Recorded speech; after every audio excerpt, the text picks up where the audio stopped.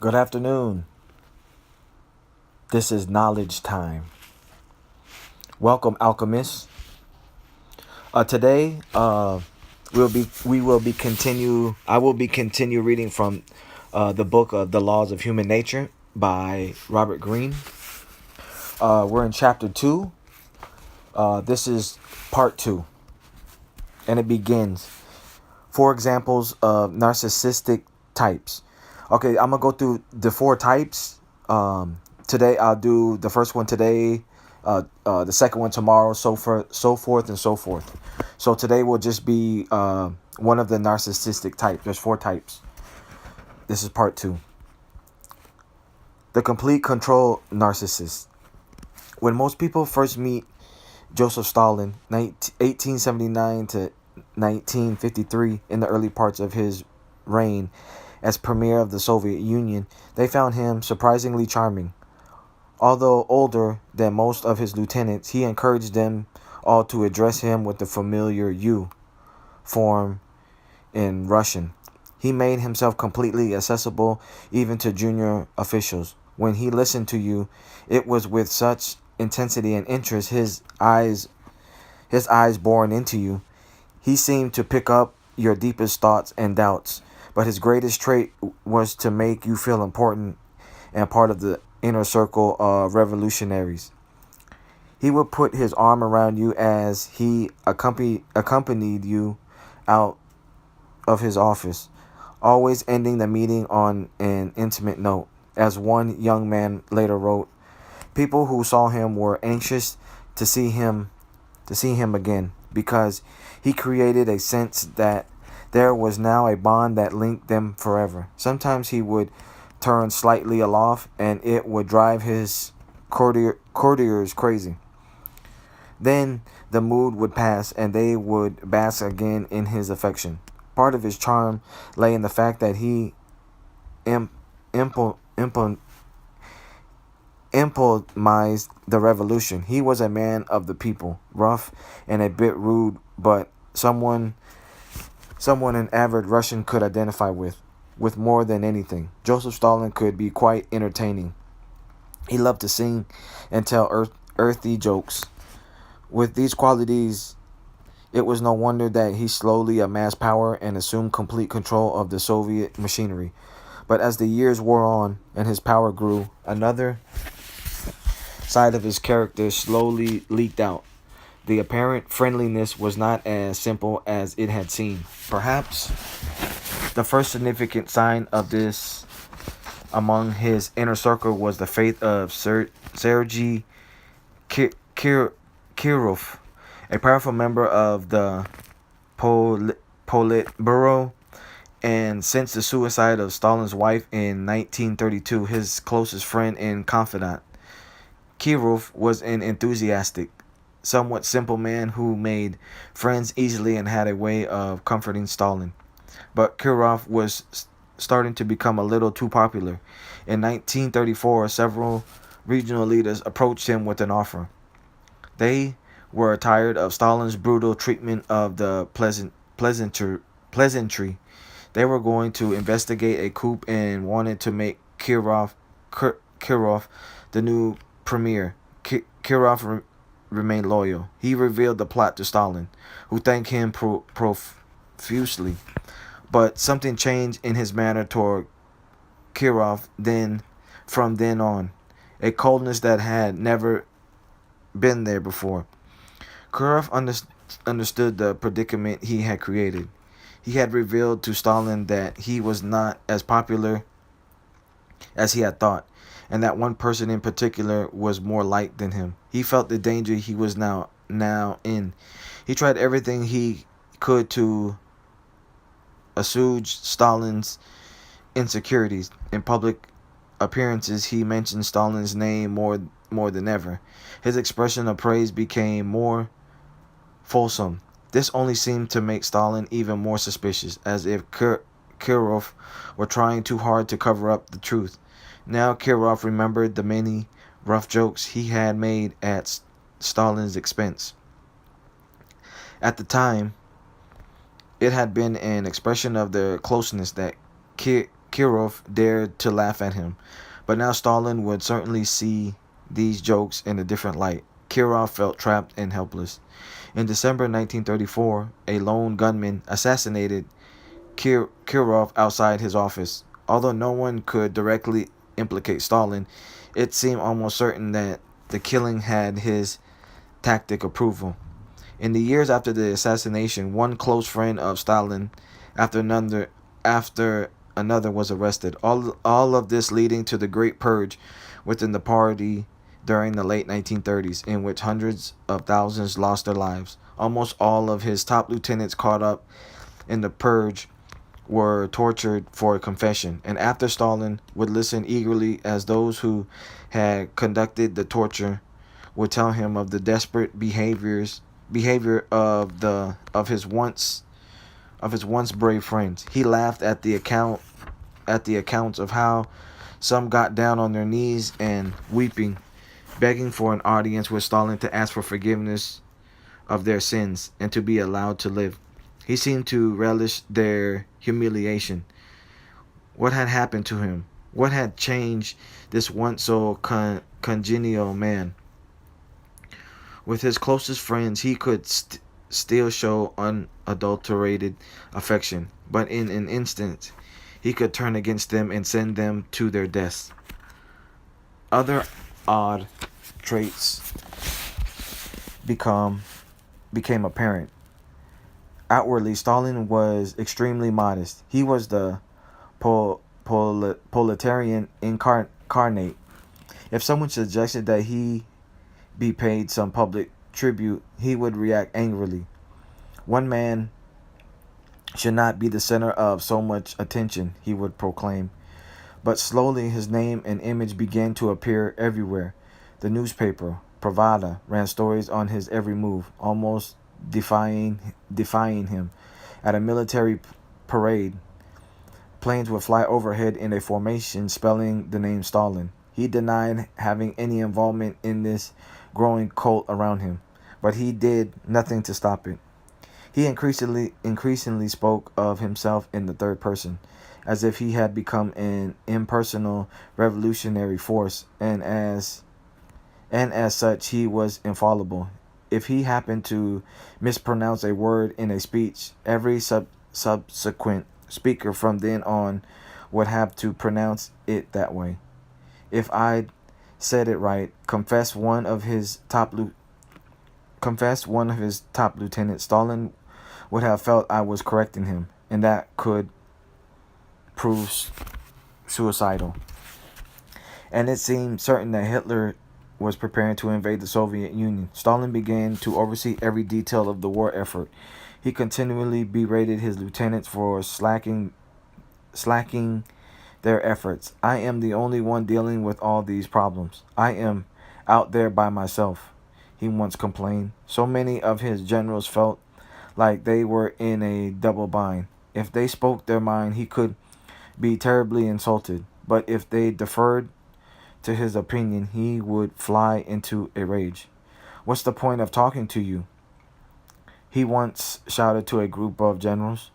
Whatever I say, you reply. Yes, Comrade Stalin. Of course, Comrade Stalin. Wise decision, Comrade Stalin. In his fury at feeling alone in the war effort, he fired his most competent and experienced generals. He now oversaw every detail of the war effort, down to the size and shape of bayonets. Ouch.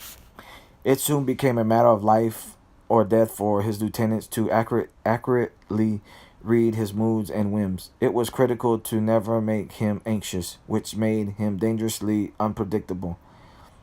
You had to look him in the eye so that it did not seem like you were hiding something. But if you looked for too long, he became nervous and self-conscious, a very risky blend. You were supposed to take notes when he talked, but not write down everything, or you would seem suspicious. Some who were blunt with him did well, while others ended up in prison. Perhaps the answer was to know when to mix in a touch of bluntness but to largely defer. Figuring him out became an arcane science they they would discuss with one another. The worst fate of all was to be invited to dinner and a late night movie at his house. It was impossible to refuse such an invitation, but they became more and more frequent after the war. Outwardly, it was just like before, a warm, intimate fraternity of revolutionaries, but inwardly, it was sheer terror. Here, during all night drinking bouts, his own drinks were heavily diluted. He would keep a watchful eye on all of his top lieutenants. Paranoid. He forced them to drink more and more so they would lose their self control. He secretly delighted in their struggles to not say or do anything that would incriminate them. The worst was towards the end of the evening when he would pull out the gramophone, play some music, and order the men to dance. He would make Nikita Khrushchev, the future premier, do the Gopak, a highly strenuous dance that included much squatting and kicking. It would often make Khrushchev sick to his stomach. The others he would have slow dance together while he smiled and laughed up uproariously at the sight of grown men dancing as a couple. It was the ultimate form of control. The puppet master choreographing their every move. Wow. Wow, man. That's wild. You don't hear that in history books. I didn't. Interpretation. The great riddle that Joseph Stalin and his type present is how people who are deeply narcissistic can also be so charming and through their charm gain influence. How can they possibly connect with others when they are so clearly obsessed? How are they able to mesmerize? The answer lies in the early part of their careers, before they turn paranoid and vicious. These types generally have more ambition and energy than the average deep narcissist. They also tend to have even greater insecurities. The only way they can mollify these insecurities and satisfy their ambition is by gaining from others more than the usual share of attention and validation, which can really only come through securing social power in either politics or business early on in life. These types stumble upon the best means for doing so. As with most deep narcissists, they are hypersensitive to any perceived sight. They have fine antenna attuned to people to probe their feelings and thoughts, to wuss out if there is any hint of disrespect. But what they discover at some point is that this sensitivity can be tuned to others to probe their desires and insecurities. Being so sensitive, they can listen to people with deep attention. They can mimic empathy. The difference is that from within, they are impelled not by the need to connect, but by the need to control people and manipulate them. They listen and probe you in order to discover weaknesses to play on. Their attention is not all faked, or it would have no effect. In the moment, they can feel camaraderie as they put their arm around your shoulders, but afterward, they control and stifle its blooming into anything real or deeper. If they did not do so, they would risk losing control of their emotions and opening themselves up to being hurt. They pull you in with a display of attention and affection, then lure you into deeper with the inevitable coldness that follows. Did you do or say something? How can you regain their favor? It can be subtle. It can register in a glance that lasts a second or two, but it has its effect. It is the classic push and pull of the coquette that makes you want to re-experience the warmth you once felt, combined with the unusually high levels of confidence displayed by this type. This can have a devastatingly seductive effect on people and attractive followers. Complete control narcissists stimulate your desire to get closer to them but keep you at arm's distance. All of this is about control. They control your emotions and they control your reactions. At some point, as they get more secure in their power, they will resent the fact that they had to play the charm game. Why should they have to pay attention to others when it should be the other way around? So they will inevitably turn against former friends, revealing the envy and hatred that was always just below the surface. They control who is in and who is out, who lives and who dies, by creating double binds in which nothing you say or do will please them, or making it seem arbitrary. They terrorize you with this insecurity. They now control your emotions. At some point, they will become total micromanagers. Whom can they trust anymore? People have turned into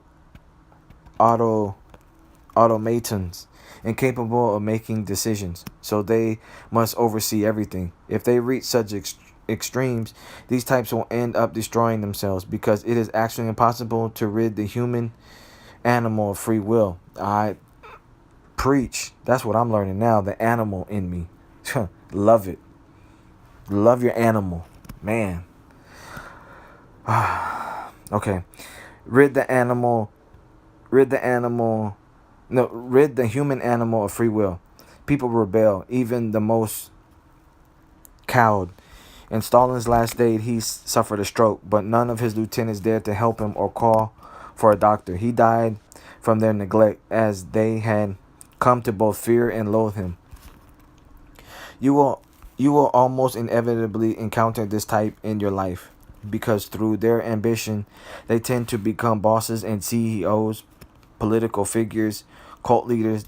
The danger they represent to you is in the beginning. When they first apply their charm, you can see through them by employing your visceral empathy.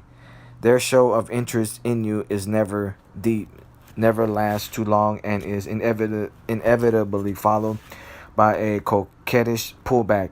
If you stop being distracted by the outward attempt at charm, you can sense this coldness and the degree to which the attention inevitably flows to them.